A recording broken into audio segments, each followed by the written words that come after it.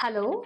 Just like there is diversity in the natural world, animal world, and even human beings from different cultural backgrounds, similarly, our brain also has differences in the way we interpret, process, integrate information in some individuals. So these individuals are called as neurodivergent individuals, and this type of brain is called as a neurodiverse brain. Autism is one form of a neurodivergent brain amongst ADHD, dyspraxia, dyslexia, and so many other forms of neurodivergence. Most people think of autism spectrum as a linear line or a scale where there are less autism features and more autism features.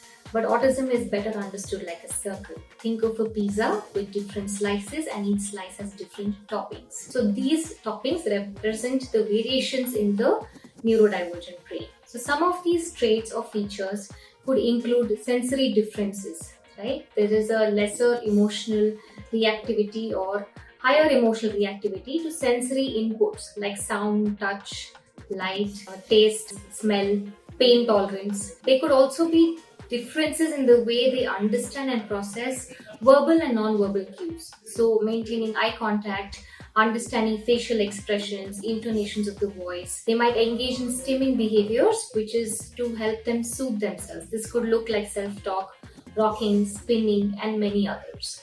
Because of these differences in their sensory sensitivities, emotional regulation abilities, they may have a preference for a strict routine, and any change, unexpected adaptation required might make them have an emotional intense reaction to it. They also have restricted or special interest wherein they can research intensively and passionately about certain topics of their interest at the cost of not paying attention to other topics that they need to pay attention to. This might also result in them not understanding time like how a neurotypical brain would. They may have challenges with maintaining schedules, finishing tasks on time. What is to be understood is that even within two individuals who are neurodivergent, they don't exactly function in the same way. Their brains are still different. There are variations, even in their motor abilities, for example. They might be able to sketch well, draw well, but not be able to tie their shoelaces or write well. These can exist within the individual and across different individuals as well.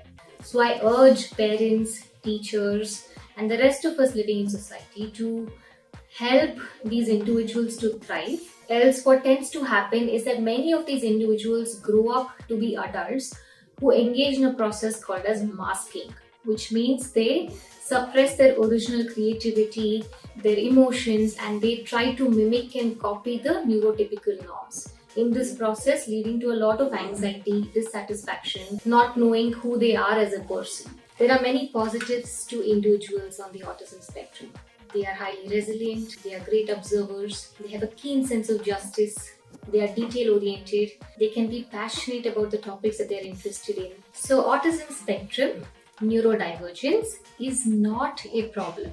It does not have to be fixed, cured. It only has to be accepted, understood, and supported. So, if you are a parent or an individual who is neurodivergent and is able to identify it, or you are a teacher, any member of the society, and you are able to notice and know someone of these traits, please encourage them to seek professional help, get the assessment, and get the clarity for themselves, and reach out to us professionals to help you out. Thank you so much. Wishing for a more inclusive society.